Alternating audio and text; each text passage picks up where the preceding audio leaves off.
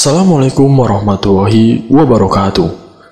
Bertemu lagi dengan saya di channel Jeritan Misterius. Pada kesempatan kali ini, saya akan membawakan kisah misteri yang berjudul Nasib Naas Maharani yang menjadi rebutan para pria-pria. Seperti apa kisahnya? Namun sebelum kita masuk ke dalam ceritanya, nama dan tempatnya disamarkan semua. Dan tak perlu kita berlama-lama lagi. Langsung saja, mari kita simak ceritanya.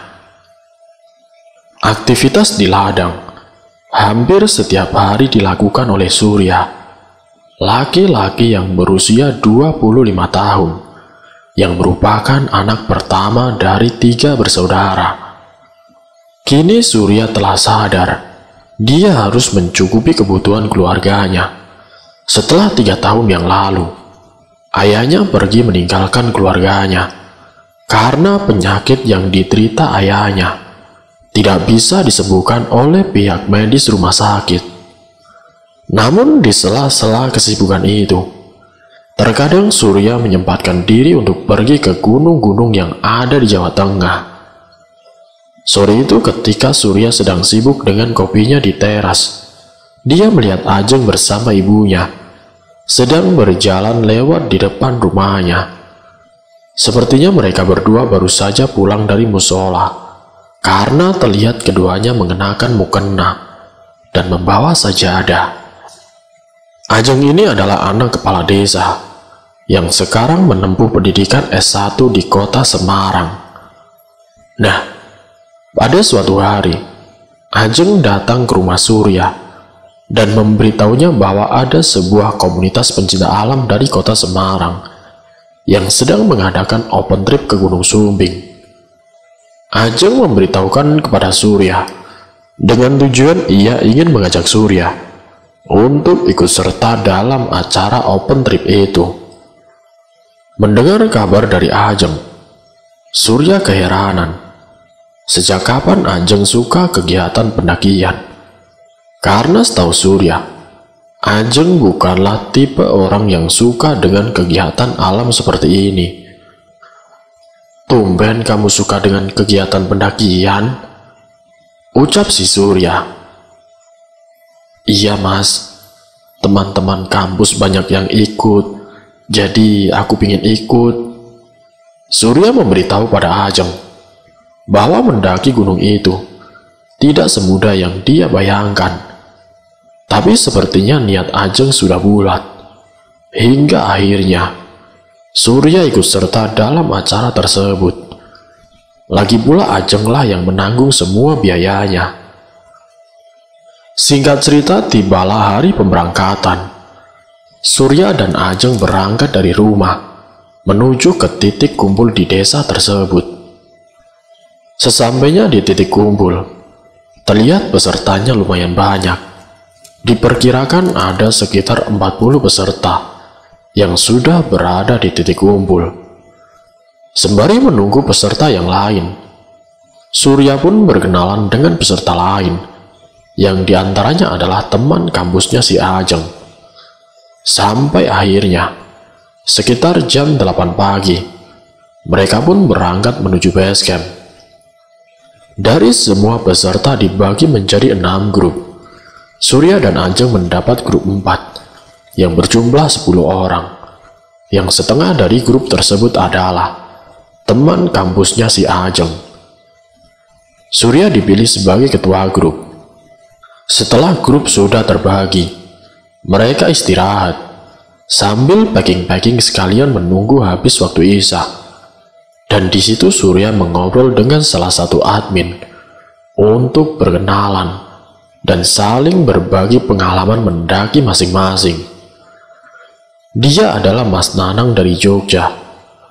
Setelah cukup istirahat, satu persatu grup memulai perjalanan.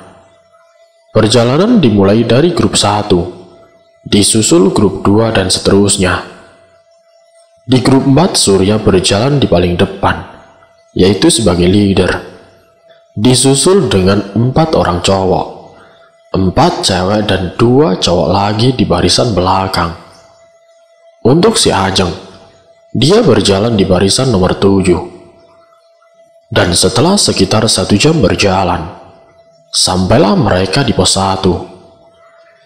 Sesampai di pos 1, sebagian grup berhenti untuk istirahat, termasuk grup 4 yang dipimpin oleh Surya.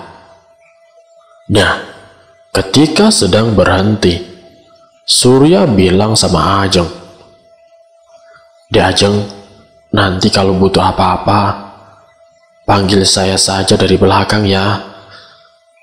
Dengan keadaan yang masih fit, Ajeng mengiyakan kata-kata Surya. Kini setelah kurang lebih 30 menit istirahat, grup yang dipimpin oleh Surya melanjutkan perjalanan dan masih menyisakan 2 grup lain di pos 1. Beruntungnya waktu itu cuaca tidak ada tanda-tanda akan hujan, hanya sedikit kabut, tapi itu tidak mengganggu perjalanan mereka. Setelah tidak lama berjalan, kini mulailah masuk ke batas hutan, dan jalan yang mereka lewati masih berupa makadam, yang sebagian sudah tersusun semacam anak tangga. Ini adalah kondisi jalan yang paling tidak disukai oleh Surya, karena menurutnya sangat menguras tenaga, hingga beberapa kali Surya berhenti untuk mengatur nafasnya. Sambil berjalan Surya menunduk, karena baginya berjalan sambil menunduk terasa lebih nyaman. Dan ketika Surya berjalan sambil menunduk itu, dia mendengar suara langkah kaki orang lain yang terasa berjalan di depannya. Mendengar itu spontan Surya mendongak ke depan, tapi tidak terlihat ada orang di depannya. Dan ketika pandangan Surya sudah menghadap ke depan, suara langkah kaki yang tadinya terdengar, kini sudah tidak terdengar lagi. Dari sini Surya mulai merasakan ada yang janggal. Di dalam hatinya dia bertanya-tanya, siapakah langkah tersebut? Lalu dia menoleh ke belakang. Siapa tahu tadi adalah salah satu dari anggotanya yang tanpa sadar mendahuluinya. Namun terlihat di belakang jumlah anggotanya masih utuh. Berarti tidak ada orang yang mendahuluinya. Tapi yang terdengar tadi, itu suara siapa? Surya pun mengabaikan itu semua. Dia menganggap kalau tadi dia salah dengar. Dia kembali fokus ke jalur yang sedang dilewatinya. Beberapa menit kemudian, sudut tikungan pos 2 sudah terlihat. Surya mempercepat jalannya, sedikit meninggalkan mereka yang berjalan di belakangnya, hingga sampailah dia di pos 2. Sesampainya di pos 2, dia berteriak memberi semangat anggotanya. Malam itu di pos 2 ada grup 3 yang sudah tiba terlebih dahulu, dan malam itu waktu sudah menunjukkan jam setengah 11 malam. Sesampainya semua di pos 2, mereka istirahat untuk melemaskan otot-otot kaki. Surya menghampiri si Ajeng yang waktu itu terduduk di anak tangga yang tersusun dari kayu dan menanyakan keadaannya. Tapi sepertinya Ajeng masih kuat untuk melanjutkan perjalanan. Setelah kurang lebih 20 menit istirahat, mereka kini melanjutkan perjalanan, meninggalkan satu grup yang masih nyaman dengan istirahatnya. Surya meminta kepada mereka semua agar tidak saling berjauhan, karena mulai dari pos 2 ini, jalur mulai melipir tebing, tapi tidak terlalu menanjak. Sambil berjalan seringkali Surya berkata kepada anggotanya, kalau ada yang capek, jangan pada diam. Karena mulai dari pos 2 ini, jalur mulai melipir tebing, tapi tidak terlalu menanjak. Tidak lama setelah itu, Mereka kini melewati sebuah sungai kecil, yang di situ ada jembatan kayu. Jadi mereka harus sangat berhati-hati melewati jembatan itu. Meskipun jembatannya tidak panjang, tapi itu sangat licin. Kalau salah injak, bisa-bisa terpeleset. Surya berjalan dulu melewati jembatan kayu itu. Kemudian dia berhenti di ujungnya dan membiarkan yang lain melewatinya satu persatu. Ketika membiarkan yang lain melewati jembatan itu satu persatu, dia merasa ada yang aneh dengan salah satu anggota wanitanya. Ketika satu persatu mereka melewati jembatan itu, sekilas Surya melihat ada satu pendaki wanita yang sepertinya asing baginya. Dan sebelumnya dia tidak melihat ada pendaki wanita ini di grupnya. Setelah semua sudah melewati jembatan itu, Surya kembali mengambil posisi paling depan. Dan sesekali dia memperhatikan satu pendaki asing itu. Ternyata benar, itu memang pendaki lain. Dan Surya menganggap mungkin dia adalah pendaki dari grup yang tadi istirahat di pos 2 dan sengaja ikut bareng dengan grup Surya. Sesampainya di posisi paling depan, mereka lanjut berjalan lagi, hingga sampailah mereka di sebuah sungai lagi. Di sungai yang kedua ini, tidak ada jembatannya. Jadi kalau mau melewati sungai itu, mereka harus melompati bebatuan. Surya yang berjalan di depan bergerak melewati batu itu terlebih dahulu.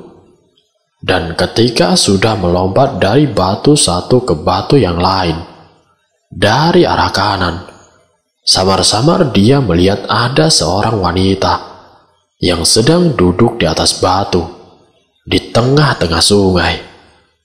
Surya tidak terlalu memperhatikan wanita itu, karena waktu itu dia sedang fokus dengan batu yang diinjak agar tidak terpeleset. Sesampainya mereka di seberang sungai, sambil menunggu yang lain menyeberang, Surya kembali melihat ke arah wanita yang tadi dilihatnya. Dan benar, dia adalah wanita. Dia sedang duduk selonjoran dengan posisi membelakanginya. Rambutnya sangat panjang. Sebagian kakinya diceburkan ke dalam air. Surya tidak ingin yang lain tahu. Setelah semua sudah menyeberang, dia mengajak yang lain untuk segera berjalan. Sambil berjalan, dia pun masih terfikirkan wanita yang tadi. Singkat cerita, sampailah mereka di pos 3. Sesampainya di situ terlihat beberapa grup yang lain sedang istirahat. Dan ada juga yang sudah mendirikan tenda untuk mereka bermalam. Di pos 3 itu, Surya menghitung jumlah anggotanya untuk memastikan mereka semua telah aman. Setelah dihitung, ternyata mereka semua ada 10 orang, termasuk Surya sendiri. Melihat itu Surya terkejut, karena seingat Surya, tadi ada satu pendaki wanita lain yang ikut dengan rombongannya. Tapi sekarang dia tidak melihat keberadaan pendaki wanita itu. Lalu Surya pun bertanya pada Ajeng, "Dek Ajeng, tadi wanita yang satu bareng kita kemana ya?" Tanya Surya memastikan. "Wanita lain yang mana, Mas? Perasaan dari tadi kita hanya ini saja kok," jawab Ajeng yang tidak tahu tentang apa yang ditanyakan oleh Surya. Mendengar penjelasan dari Ajeng, dia pun keheranan. Padahal tadi dia melihat dengan jelas pendaki wanita itu ikut berjalan bersama rombongannya.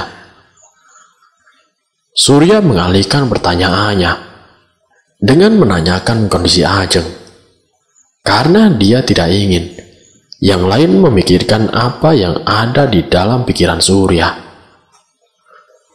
Sambil istirahat di pos 3, Surya bertanya-tanya tentang kejanggalan yang sudah dialaminya selama perjalanan menuju ke pos 3. Mulai dari suara langkah kaki yang tidak terlihat, pendaki wanita yang ikut berjalan bersamanya, dan sosok wanita yang duduk di sungai.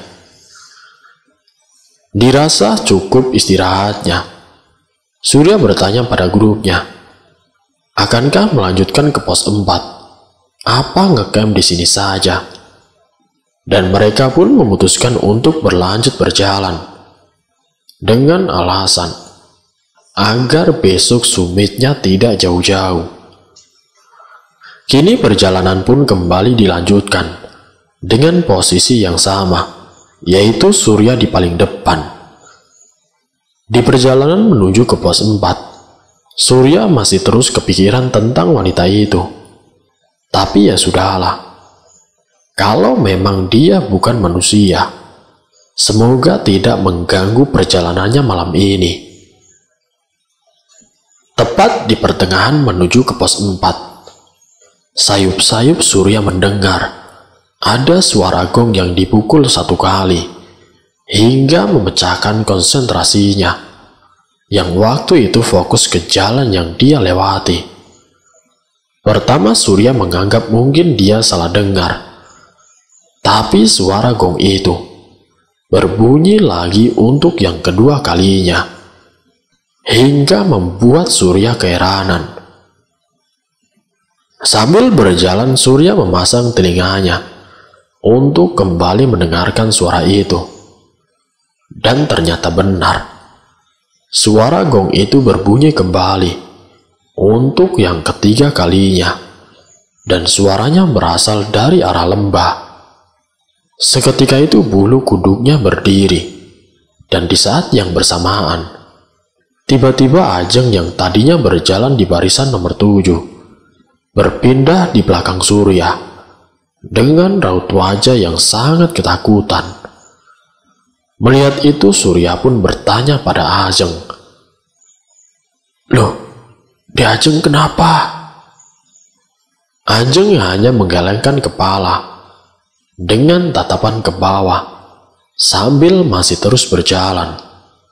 Semua mata anggota tertuju kepada Ajeng dan Surya. Karena tidak ingin membuat semuanya panik, Surya berusaha menetralkan situasi. "Jalannya jangan jauh-jauh ya. Ayo, semangat," ucap Surya dilanjut memegang tangan Ajeng.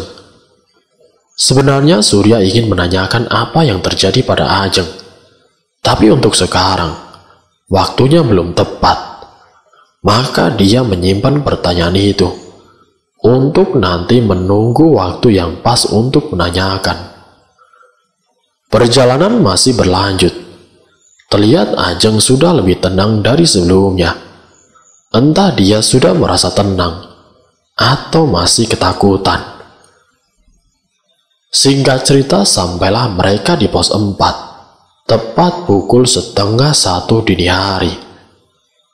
Terlihat Mas Nanang sudah menunggu semua peserta di sebelah tendanya. Sesampainya di situ, mereka mendirikan tenda yang dibawa masing-masing untuk bermalam di pos 4. Terlihat sebagian pendaki lainnya sudah istirahat di dalam tendanya masing-masing, dan sebagian lagi masih sibuk memasak makanan. Setelah tenda sudah berdiri, Surya menemui Mas Nanang untuk memberitahunya kalau grup 3 sudah sampai di pos 4. Surya kembali ke tenda yang sudah dia dirikan, dan terlihat Ajeng sedang duduk di dalam tenda Surya dengan posisi jongkok, menempelkan dagunya di atas lutut. Melihat keberadaan Ajeng di situ, Surya lalu bertanya, "Loh, di Ajeng kok di sini?" "Iya Mas, aku tidur di sini sama kamu ya Mas." "Loh, kenapa tidak di tenda kamu sendiri, Dek?" "Aku takut Mas, Aku habis melihat wanita. Wanita itu mirip sinden. Mendengar ucapan Ajeng, Surya segera menutup pintu tendanya dan lanjut bertanya kepada Ajeng. Sinden? Sinden gimana, Dik? Gak tahu, Mas. Orangnya sangat cantik, memakai jari batik, dan memakai selendang merah. Jawaban itu membuat Surya berpikir. Mungkin itu sebabnya tadi Ajeng terlihat ketakutan. Dan apakah itu ada hubungannya dengan suara gong yang Surya dengar? Akhirnya Surya mengizinkan Ajeng untuk tidur di tendanya. Karena tidak ingin membuat suasana semakin mencekam, Surya mengajak Ajeng untuk keluar tenda dan berkumpul dengan teman-teman lainnya. Sesampainya di luar tenda, mereka berkumpul dengan yang lain untuk makan-makan dan ngopi. Namun ketika sedang duduk santai di tengah keramaian camp, Surya melihat ada pendaki wanita yang sepertinya itu adalah pendaki wanita yang ikut berjalan. Yang sepertinya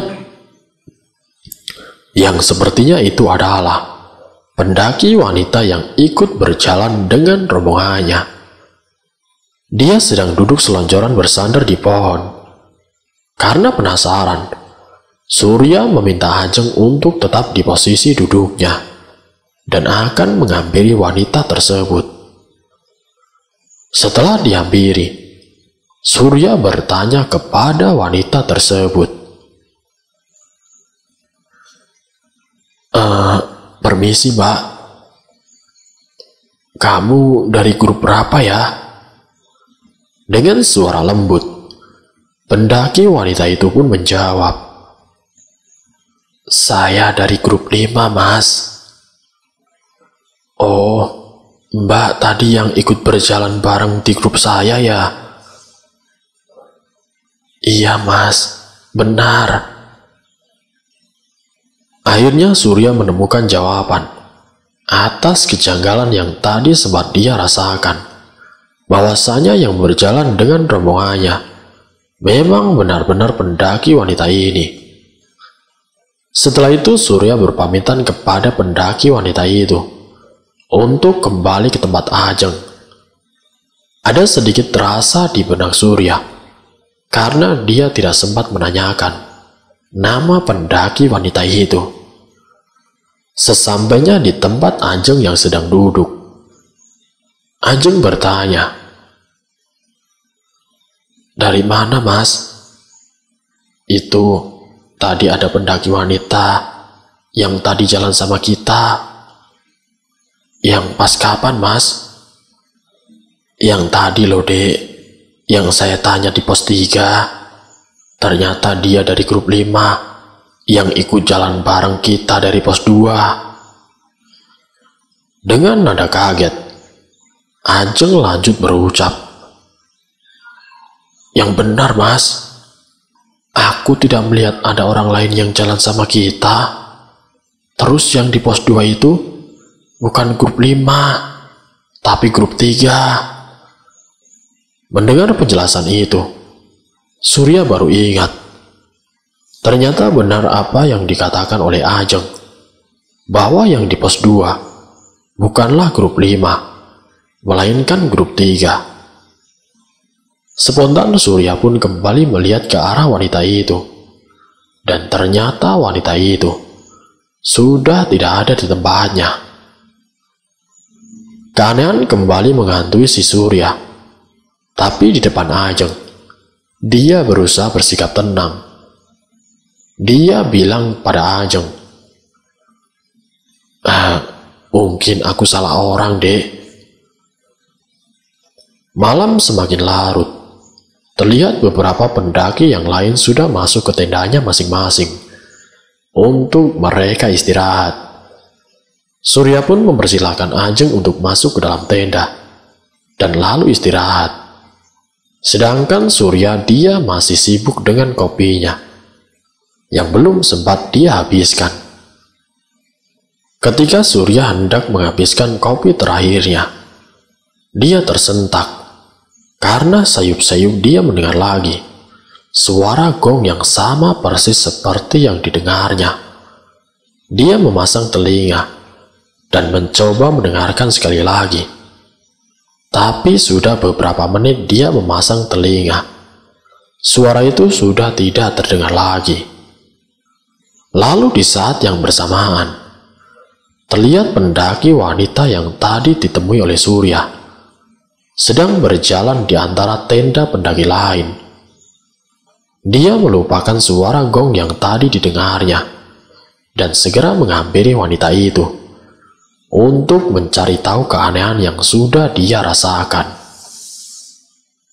Sesampainya di tempat wanita itu, Surya dipersilakan untuk duduk, hingga akhirnya mereka duduk berdua di sebelah api unggun yang tadi dibuat pendaki lain. Percakapan pun berlangsung antara Surya dan pendaki wanita itu, mulai dari berkenalan, bertanya tempat tinggal, dan kesibukan masing-masing. Tadi yang tujuannya Surya ingin mencari tahu tentang keanehan yang dirasakan, kini telah hilang. Bagi Surya itu sudah tidak penting lagi. Setelah mengetahui nama dan tempat tinggal wanita itu, dia adalah Rani. Begitulah Surya menyebutnya. Raut wajahnya mengeluarkan aura yang bersinar. Dia wanita yang sangat anggun, bertempat tinggal di sebuah desa yang letaknya tidak jauh dari lereng Gunung Sumbing. Ternyata percakapan mereka berdua bisa membuat hati Surya menjadi luluh dengan keanggunan Rani, hingga dia mempunyai niat untuk mengenal Rani lebih jauh lagi. Karena malam semakin larut, Surya pun mempersilahkan Rani untuk istirahat. Begitupun dengan Surya. Dia kembali ke tendanya untuk istirahat. Sesampainya di dalam tenda, Surya merebahkan badannya di sebelah Ajeng, yang waktu itu sudah tidur dengan pulas, sambil terus memikirkan Rani. Aku baru kenal Rani, tapi kenapa tiba-tiba hatiku merasa cocok? Ucap Surya dalam hati. Pagi pun telah tiba. Pagi itu terdengar suara berisik dari pendaki yang lain, dari luar tenda yang sudah bangun terlebih dahulu. Mendengar itu Surya lekas membangunkan si Ajeng yang masih dengan tidurnya. Pagi ini cuaca cukup mendung, hingga semua pemandangan tidak dapat dilihat. Tapi beruntungnya tidak turun hujan. Terlihat beberapa pendaki yang lain sedang bersiap-siap, dan ada juga yang sudah pergi meninggalkan tenda untuk sumit ke puncak. Surya sedang berdiri di depan tenda, memperhatikan mereka. Dan tentu dia sedang mencari si Rani. Tapi pagi itu Rani tidak terlihat. Entah belum bangun atau mungkin sudah berjalan sumit. Namun ketika sedang fokus mencari keberadaan Rani, tiba-tiba terdengar suara Mas Nanang berteriak kepada Surya. Mas Surya nggak sumit? Iya mas, ini mau siap-siap sumit kok. Surya berjalan mendekati Mas Nanang dan akan menanyakan anggotanya yang bernama si Rani. Mas, anggotanya ada yang bernama Rani nggak? Waduh, aku nggak ngerti mas. Data peserta dibawa sama Doni. Memangnya kenapa Mas Surya? Anaknya bagus ya? Hehe, jawab Mas Nanang dengan bercanda. Doni adalah salah satu admin dalam open trip kali ini. Dan pagi itu Doni sudah berlanjut sumit bersama dengan sebagian peserta. Setelah cukup bercakap-cakap, Surya kembali ke tenda untuk sarapan dan mempersiapkan perlengkapan yang akan dibawa Sumit ke puncak. Sesampainya di tenda terlihat Ajeng sedang duduk posisi bersila, dengan sleeping bag yang masih menutupi badannya. Surya mengajak Ajeng untuk sarapan, untuk mengisi tetangga, sebelum Sumit ke puncak. Lalu Ajeng berkata pada Surya, "Mas, aku habis mimpi tidak enak, Mas." Mimpi apa, Dek?" "Aku bertemu wanita yang aku ceritakan tadi malam, dan ada Mas Surya di situ." Untuk mimpinya cukup panjang. Intinya di dalam mimpi itu, Ajeng sedang berada di sebuah desa, dan melihat wanita itu sedang menari di sebuah pertunjukan khas Jawa, dengan musik gending yang mengiringinya. Mendengar itu Surya tidak terlalu memikirkannya. Dia meminta pada Ajeng untuk mengabaikannya dan menganggapnya sebagai bunga tidur. Kini tepat pukul 8 pagi, Surya dan Ajeng mulai meninggalkan tenda untuk berjalan menuju ke puncak. Dengan kondisi yang masih berkabut, seringkali mereka menyapa pendaki lain yang waktu itu sudah berjalan turun. Kira-kira di pertengahan jalan menuju ke puncak, dari sela-sela kabut yang tebal, Surya melihat ada satu orang yang sedang duduk seorang diri. Melihat itu, Surya mengajak Ajeng untuk sedikit mempercepat jalannya dan akan menghampiri pendaki itu untuk diajak bareng. Namun sesampainya di sana, Surya sedikit terkejut. Ternyata pendaki itu adalah si Rani. Dia sedang duduk selonjoran dengan kain merah yang melilit di lehernya, menambah keanggunan dirinya di mata Surya. Surya pun kemudian bertanya, kenapa dia berada di sini sendirian. Dan di saat yang bersamaan, Ajeng mencubit pinggang si Surya, seakan dia ingin mengatakan sesuatu, tapi tidak ingin diketahui oleh Rani. "Gak apa-apa, Mas. Aku menunggu temanku. Masih di bawah, Mas," jawab Rani dengan suara lembutnya. Lalu Ajeng pun mengajak Surya untuk kembali melanjutkan perjalanan, dengan alasan teman kampusnya sudah menunggu di atas. Surya meminta maaf kepada Rani karena tidak bisa menemani menunggu temannya, karena harus menuruti permintaan Ajeng. Di sisi lain, Surya paham dengan maksud si Ajeng yang sepertinya ingin mengatakan sesuatu, tapi tidak di sini. Dengan senang hati, Rani mempersilahkan mereka untuk berjalan duluan. Setelah cukup jauh berjalan meninggalkan si Rani, barulah Ajeng berkata, Mas Surya kenal dengan anak tadi?" "Iya, baru kenal semalam di camp." "Emangnya kenapa, Dek?" Dia itu mirip wanita yang aku ceritakan pada kamu, Mas." "Hah? Yang benar kamu, Dek?" "Iya, Mas. Dia mirip wanita yang ada dalam mimpiku semalam. Dan dia juga membawa selendang merah itu, Mas." "Kamu yang benar, Dek. Dia namanya Rani. Semalam aku ngobrol banyak sama dia." "Ya ampun, Mas. Beneran, Mas." Mendengar penjelasan dari Ajeng, muncullah sedikit pertanyaan dalam benak Surya tentang sosok Rani. Singkat ceritanya, sampailah mereka di puncak sejati Gunung Sumbing. Sesampainya di sana, kabut masih menyelimuti seluruh puncak, hingga mereka tidak dapat menikmati pemandangan yang bagus yang mereka inginkan. Pantas saja tadi mereka sering menjumpai beberapa pendaki yang sudah turun, mungkin karena keadaan puncak yang seperti ini. Di puncak, Ajeng berkumpul dengan teman kampusnya untuk mengabadikan momen bersamanya. Namun di saat yang bersamaan, Surya berjalan keliling puncak untuk menikmati suasana yang ada. Lalu dari arah bawah, dia melihat Rani sedang berjalan seorang diri menuju puncak. Melihat itu, Surya segera menghampirinya, walaupun harus berjalan sedikit turun.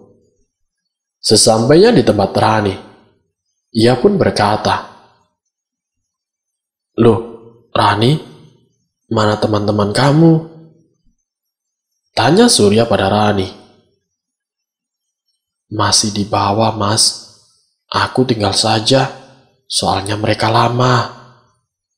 Lalu Rani terduduk di pinggir jalur, dan Surya pun ikut duduk bersamanya. Dia terus memperhatikan Rani, dan lagi-lagi wajahnya mengeluarkan aura, bersinar di mata Surya. Dia mengingat-ingat dengan apa yang dikatakan Ajeng tadi, dan perhatian Surya pada Rani tiba-tiba menjadi pecah ketika Rani mengucapkan sesuatu pada Surya. "Mas, ibuku lagi mencari menantu. Kamu datang ke ibu ya. Siapa tahu ibu suka dengan kamu." Bergetar rasanya Surya mendengar ucapan itu. Rasanya apa yang diucapkan oleh Rani baru saja itu tidak nyata.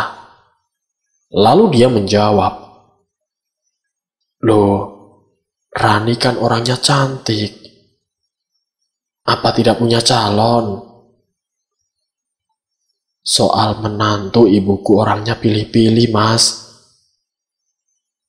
Tapi aku bukan orang kaya. Aku hanya seorang pekerja di sawah. Itu pun peninggalan ayahku. Bukan kaya yang diinginkan ibuku, Mas, tapi yang bisa tanggung jawab dan mau tinggal di rumah." Kini Surya merasa yakin kalau Rani ada perasaan dengannya. Karena kalau tidak, dia tidak akan berkata seperti ini padanya. Surya pun kemudian menanyakan tempat tinggal Rani, dan kalau ada waktu, dia pun bersedia datang ke rumahnya. Namun Rani tidak memberitahukan tempat pastinya. Dia hanya mengatakan kalau dia tinggal di sebuah desa yang letaknya tidak jauh dari lereng Gunung Sumbing. Dan Rani juga berkata, kalau Surya ingin datang, tanyakan nama Rani pada penduduk desa. Maka dia akan tahu di mana Rani tinggal.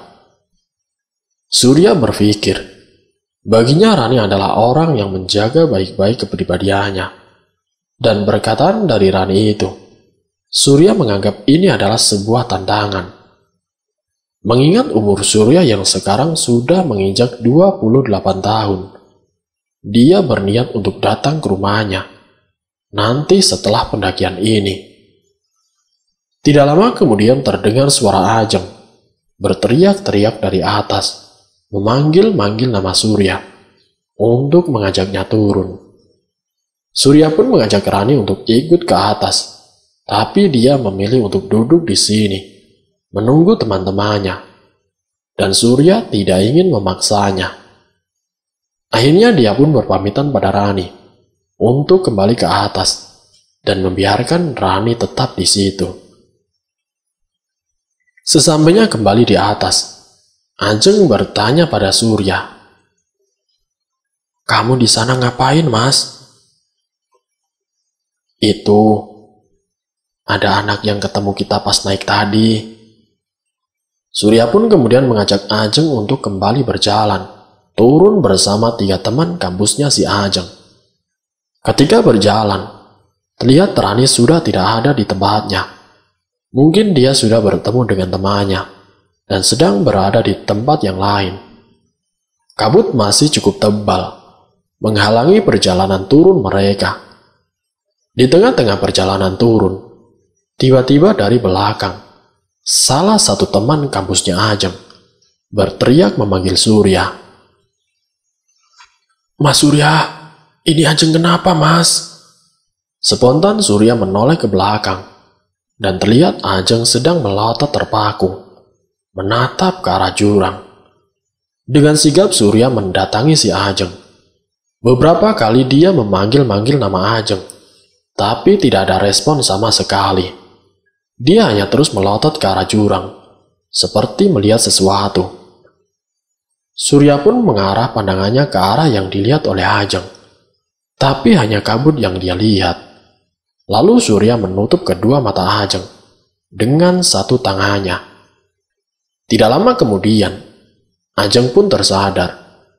Dengan keadaan yang ketakutan, dia menyembunyikan pandangannya di bahunya si Surya, sambil berkata, "Mas, aku takut, Mas." "Takut kenapa, Dek?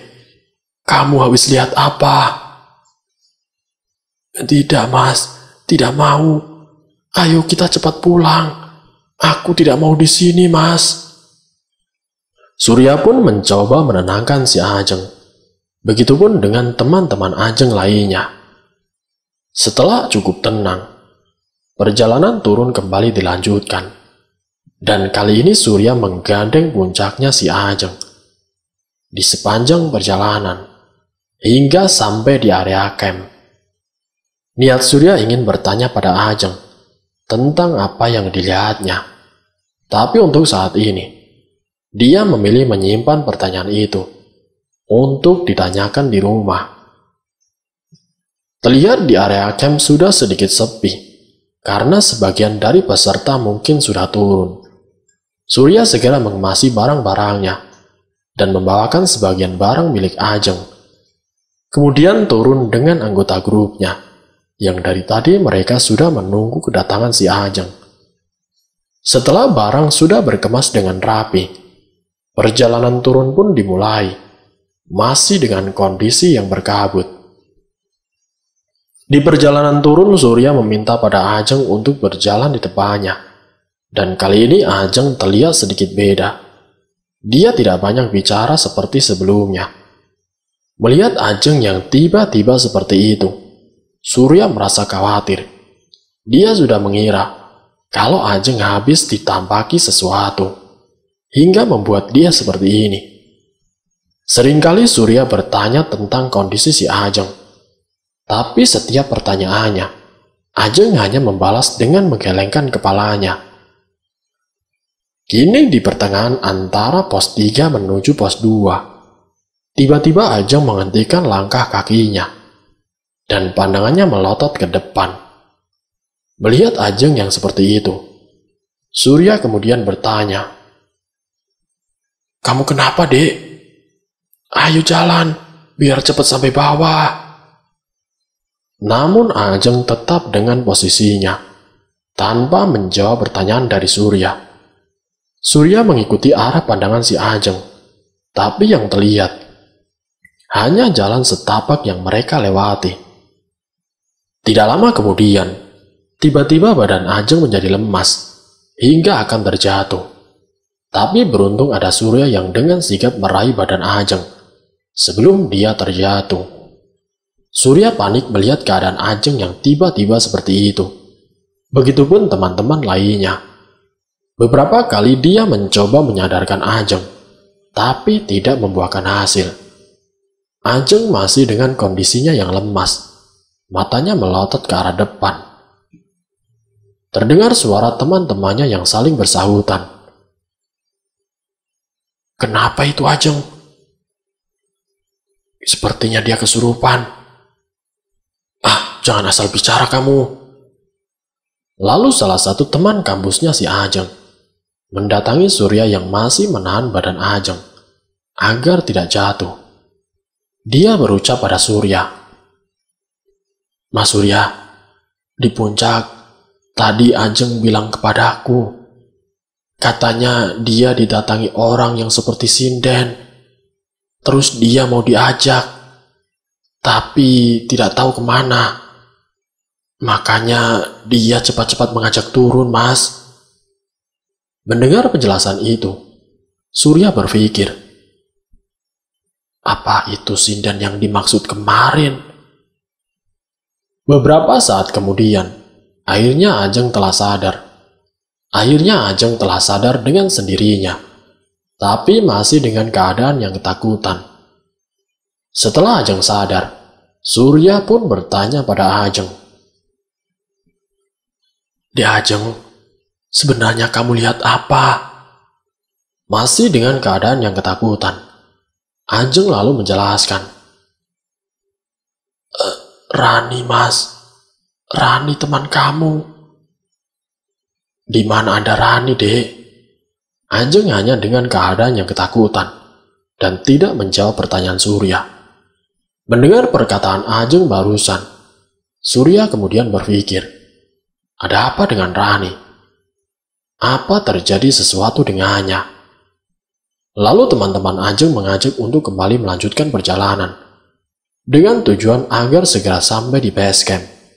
Surya pun menggandeng pucuknya si Ajeng dan mengajaknya untuk melanjutkan perjalanan. Dan syukurlah, setelah kejadian itu, Ajeng tidak ada kendala yang serius hingga sampai di base camp ketika hari sudah menjelang sore.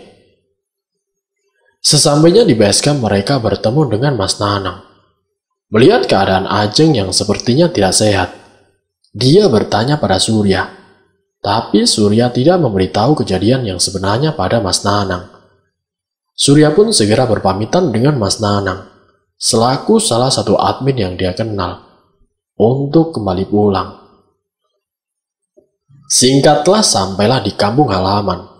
Surya mengantarkan Ajeng ke rumahnya dan lanjut pulang ke rumahnya sendiri. Sampai di rumah, Surya merasa sangat lega karena tidak terjadi apa-apa terhadap Ajeng. Tapi dia masih mempunyai pertanyaan yang belum sempat dia tanyakan pada Ajeng. Dan malam harinya, Surya pun mendatangi rumah Ajeng, sekalian mengembalikan barang milik Ajeng yang tadi dibawanya. Malam itu mereka berdua duduk di teras, dan Ajeng menjelaskan tentang apa yang sudah dilihatnya selama pendakian, termasuk sosok sinden yang telah menghantuinya sepanjang perjalanan. Ternyata apa yang sudah diceritakan oleh Ajeng ada kaitannya dengan Rani dan tabuh gong yang sempat dia dengar, hingga muncullah pertanyaan besar tentang siapa sebenarnya si Rani. Surya pun menceritakan semua tentang pertemuannya dengan Rani, termasuk perkataan Rani kepada Surya tentang ibunya Rani yang sedang mencari menantu. Selama berada di rumah, sosok Rani masih terus menghantui si Surya, hingga beberapa kali dia bermimpi tentang Rani.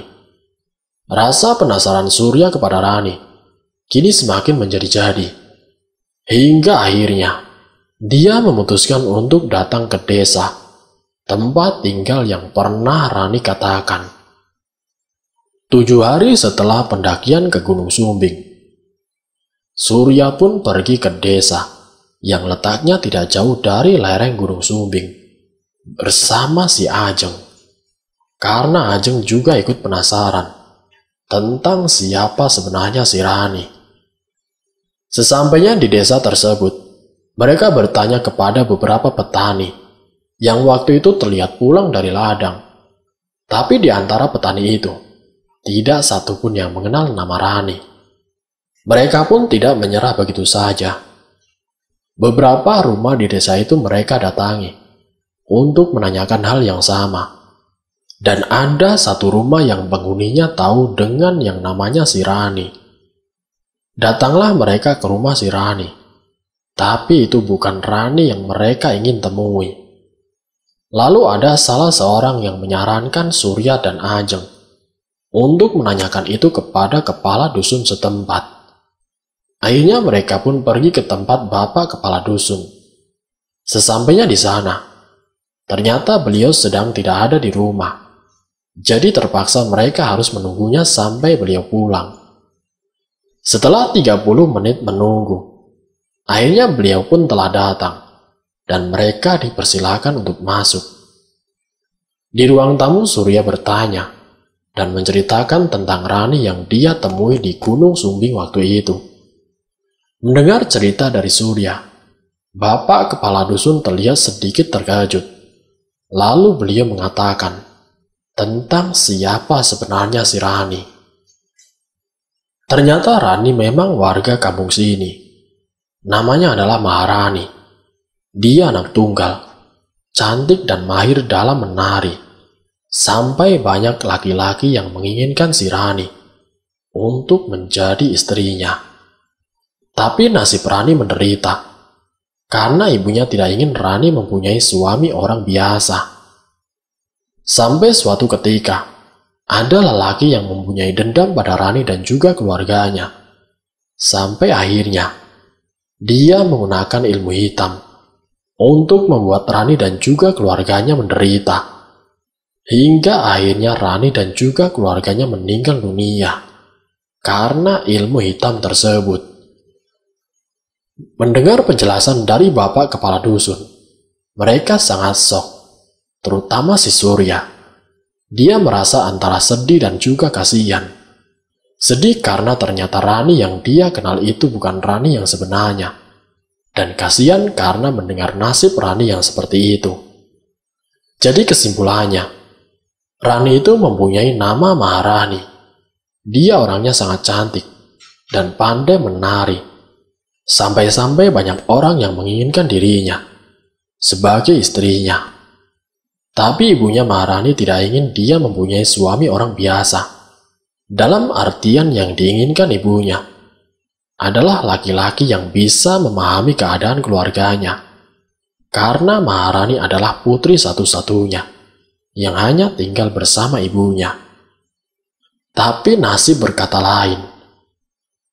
Kala ada orang yang mempunyai dendam dan sengaja menggunakan ilmu hitam itu untuk mencelakai ibu dan juga si Rani.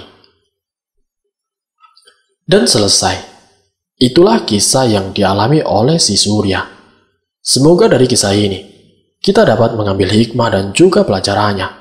Ambil sisi positifnya dan buang jauh-jauh sisi negatifnya. Wassalamualaikum warahmatullahi wabarakatuh.